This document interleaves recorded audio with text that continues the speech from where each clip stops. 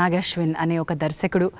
మేమందరం తెలుగు వాళ్ళందరం కూడా ఏమిటి ఈ ఋషి, ఎవరి యోగి, ఎవరి సిద్ధపురుషుడు అని మేము అనుకుంటాం. మొన్న మా తోటినట్టుడు బ్రహ్మాజీ గారు, బాబు నీ అరిగిపోయిన చెప్పులు పంపిస్తే కళ్ళకద్దుకుని ముద్దు పెట్టుకుంటాను అన్నారు. నిజంగా అండి, ప్రతి తెలుగు ప్రేక్షకుడి హృదయం అలాగే అనిపిస్తుంది. సో ఇప్పుడు మీ ఇంటి అబ్బాయి అయిపోయాడు కాబట్టి నేను కూడా చూస్తానమ్మా. మా ఇంటికి వస్తాడా, హడావిడిగా వస్తాడు, వచ్చి గవికి నాకు చెప్పులకి ఇచ్చి లోపలికి వస్తాడు. వెళ్తే బయటికి నా చెప్పులుంటే అవి వేసుకెళ్ళిపోతాడు అంటాడు. తను వచ్చేటప్పుడు కూడా వాళ్ళ నాన్నగారు చెప్పులు వేసుకొచ్చేస్తాయంట ఒక్కోసారి. ఎక్కడ సార్ అంటే ఎప్పుడు ఒక చాప్టర్ ఎక్కడో కల్కిలోనో, ఒక చాప్టర్ ఎక్కడో నెక్స్ట్ ఇంకొక 5 ఏళ్ల తర్వాత తీయబోయే సినిమాలోనో ఆ సినిమాటిక్ యూనివర్స్లో తిరుగుతూ ఉంటుందేమో. మరి వాట్ ఈస్ దిస్ జీనియస్? మీరు ఇంట్లో ఇంతమంది జీనియస్లను పెట్టుకుని ఎట్లా మేనేజ్ చేస్తారు సార్? మీ బలం ఏంటి? మీరు నా జీనియస్ అనేది నా రోజుల్లోనే అయిపోయి ఉంటుందేమో. ఇప్పుడు వీళ్ళందరూ జీనియస్లు చూస్తా ఆనందంగా గడుపుతున్నాను అనుకుంటారమ్మా. But I think credit Vinay గారికి ఇద్దాం. ఇంతమంది జీనియస్లు ఒక ఇంట పెట్టాలి అంటే అవునమ్మా, మీ జీవిత భాగస్వామికి కూడా ఇవ్వాల్సిందే కదా. ఇవ్వాలి కదా. మరి వినయ్ దత్ గారు కూడా మీరు రాజకీయాల్లోకి వెళ్తే ఆవిడ అంతే సామర్థ్యంతో అక్కడికి వచ్చి క్యాంపెయినింగ్ చేయడము, సినిమా నిర్మాణంలో ఉంటే మరి మీకు సపోర్ట్గా ఉండడం. అవునమ్మా, చాలా చాలా. మా వినయ్ మాత్రం ప్రతిదానికి సగం కారణం తనేనమ్మా. నా సక్సెస్లో కానీ ఫెయిల్యూర్స్లో కానీ. నేను ఫెయిల్యూర్స్లో ఉన్నానండి అన్నప్పుడు, ఏంటండి ఒక సినిమా పోతే ఇలా అయిపోతారు, పదండి ఇంకోటి సినిమా తీయండి తొందరగా వెళ్ళండి అనేది. అలా గ్రేట్ లేడీ. అంతే కదండి మరి. సో సినిమా ఒక ప్రస్థానం అయితే దత్ గారు, మీరు ఏ రోజు కూడా అనుకున్నది మాట్లాడడానికి, ఎప్పుడు సినిమా ఇండస్ట్రీలో సభల్లో మాట్లాడి ఇంటర్వ్యూల్లో గట్టిగా మాట్లాడేటువంటి మేము ఇంతవరకు తీరు వినలేదు మీ దగ్గర నుంచి. కానీ రాజకీయాల్లో, అటు ప్రత్యక్ష రాజకీయాల్లో పోటీ చేసిన, ఈ మధ్య రాజకీయాలకి పరోక్షంగా సపోర్ట్ చేసిన, బలంగా మీ వాదనని వినిపించారు. ఈ స్ట్రెంగ్త్ ఎక్కడి నుంచి వచ్చింది? ఇంత పెద్ద సినిమా ప్రాజెక్ట్ని పెట్టుకుని మనకి రిలీజ్ రాబోతుంటే చాలామంది వ్యాపారం ఉన్నవాళ్ళు కొంచెం జాగ్రత్తగా మాట్లాడదాం అనుకుంటారేమో.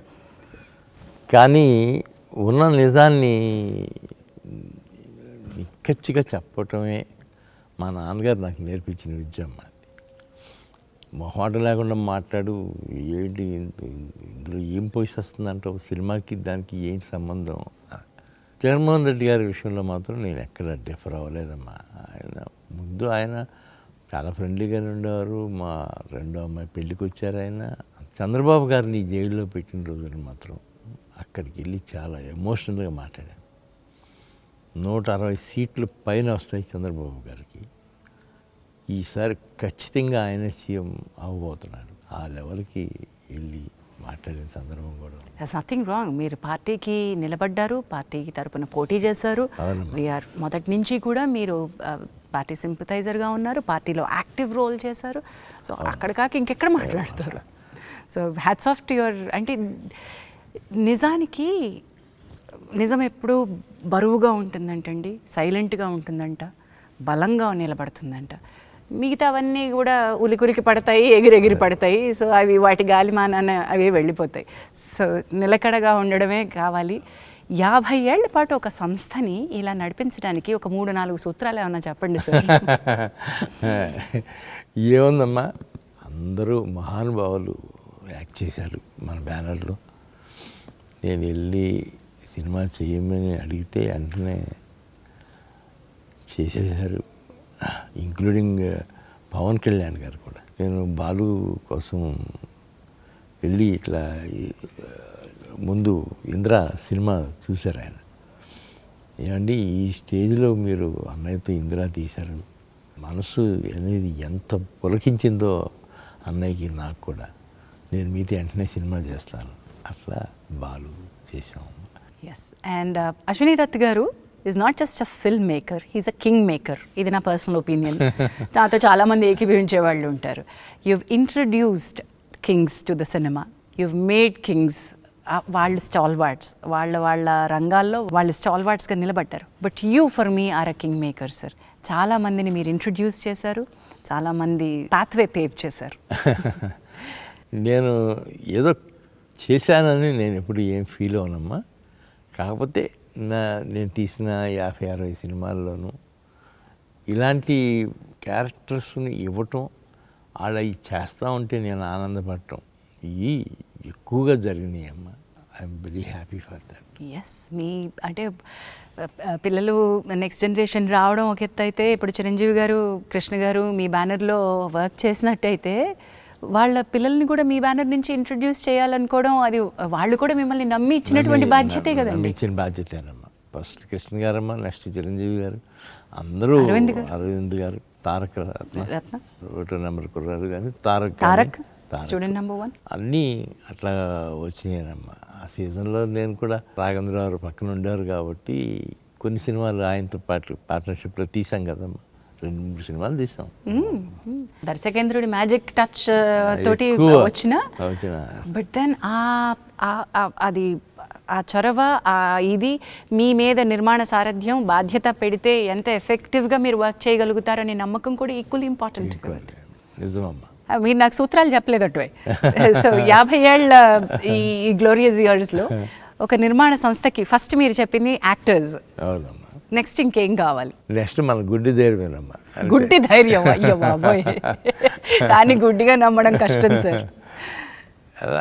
అలా కుదిరిందమ్మా అంతే.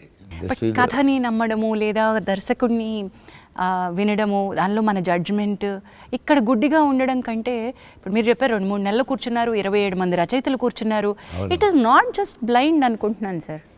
లేదమ్మా, ఆ సినిమా వరకు అది నిజంగానే మీరు అన్నట్టు బ్లైండ్ కాదు. అది అట్లాగే 27 మంది రైటర్స్ అవసరం అనుకున్నప్పుడల్లా పిలిచామమ్మా.